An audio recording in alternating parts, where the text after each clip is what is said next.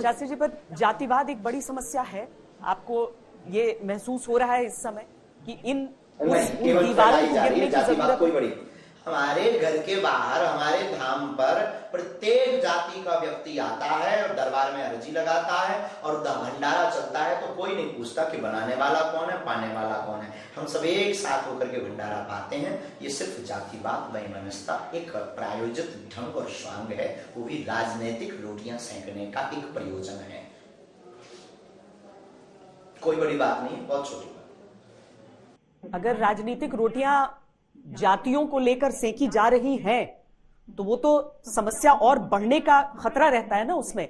तो क्या एक बड़े पैमाने पर ये कोशिश करने खतरे से बचने के लिए हिंदू राष्ट्र की आवश्यकता है। हमने वन सॉल्यूशन एक ऐसा दिया है जिससे सब कुछ डैमेज हो जाएगा।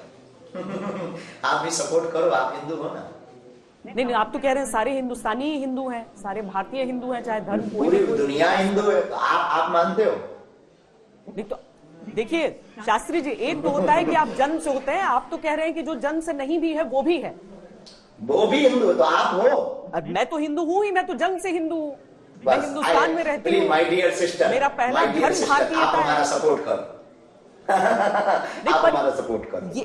ये जो सपोर्ट होगा वो कैसा सपोर्ट होगा शास्त्री जी? लोग वही सोचते हैं ना कि अगर एक संत अपने प्रवचन में बैठकर इस तरह की बातें अगर करता है, तो सबसे पहला ख्याल जो अलग समुदायों में आ सकता है, जो स्वयं को हिंदू नहीं मानते हैं और जन्म से नहीं है, वो सोचते हैं कि ये जबरन मेरे साथ कोई जबरदस्ती न करे, मेरे साथ कुछ गलत ना हो, कोई किसी को भड़का न दे।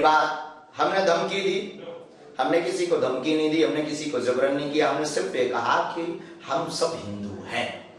अब जिनको मानना है वो बागेश्वर बालाजी और सब संतों के सपोर्ट में है, जिनको नहीं मानना है वो विरोध में। जो विरोध में है उनको हमें समझाना भी नहीं है, धमकी भी नहीं देना है। हम लोग अहिंसात्मक हैं, हमें कोई राजनीति नहीं करनी है, हमें कोई नेता बनना है। हम अपनी बात रखने के लिए भारत के संविधान के अनुसार प्रत्येक व्यक्ति को मौलिक अधिकार है। हम अपनी बात रख रहे हैं और हिंदू एक हो रहे हैं। जिन्हें सत्य सुनने का, स्वीकार करने का साहस है, वो सपोर्ट कर रहे हैं और वो करके मानेंगे। जिन्हें नहीं है उन्हें डर है और वो डर उनका बरकरार रहना भी चाहिए। अगर ये डर आपको है तो आपको भी बरकरार रहना चाहिए। नहीं, ये बात अच्छी है। अगर आप सबको एक साथ एकजुट और सबकी बेहतरी के लिए जो बात कही जाए वो बेहतर है।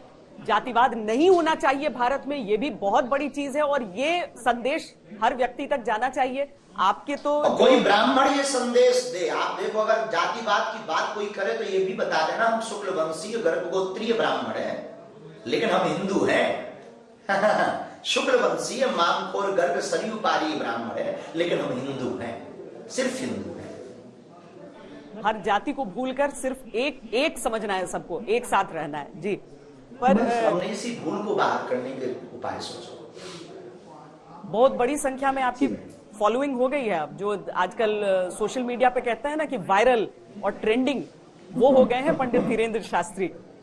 आपकी बात आंधी के हम ज्यादा टिकते नहीं है। अगर सही होगी, बात में दम होगा तो टिकेगी, और अगर फर्जीवाड़ा होगा तो आंधी के हम ज्यादा टिकते नहीं है। इस भारत में कितने लोग सोशल मीडिया पर वायरल नहीं हुए और उनका आता पता नहीं। हम इस पे बहुत ज्यादा भरोसा नहीं करते।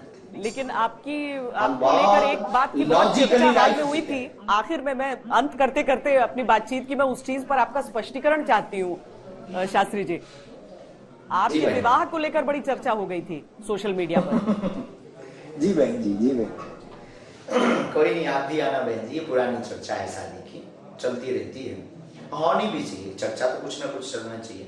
तो भारत में जब चाय पर चर्चा हो सकती है तो हमारी शादी की चर्चा क्यों? तो कोई बड़ी बात नहीं है। तो बहुत छोटा सा विषय है। इस भारत में गरीबी मुद्दा है, भुखमरी मुद्दा है, जातिवाद वैमनस्यता मुद्दा है, लेकिन देश का दुर्भाग्य बागेश्वर धाम से हर वर्ष गरीब बेटियों का विवाह कराया जाता है। ये कभी नहीं दिखाया गया। अन्नपूर्णा भंडारे में बिना जाति पूछे भंडारा 3 साल से निःशुल्क, फ्री ऑफ कॉस्ट, एवरीडे 10,000 5,000 लोगों को करवाया जाता है। इस पर कभी किसी ने टिप्पणी नहीं की, ना धन्यवाद दिया, ना ये कहा कि गुरुजी हम भी सहयोग करेंगे, बहुत अच्छा काम कर रहे हैं। तो अगर ये चर्चा चल रही है, लोगों को और आपको वो प्रश्न चाहिए, वो मुद्दा चाहिए जिससे लोग बहुत चॉइसली से देखें या पढ़ें या सुने। वो कोई बड़ी बात नहीं, हम इस पे बहुत ज्यादा प्रसन्न या बहुत ज्यादा वो, लेकिन अब क्या करें, भूमिका है, धारा के विपरीत नहीं बह सकते।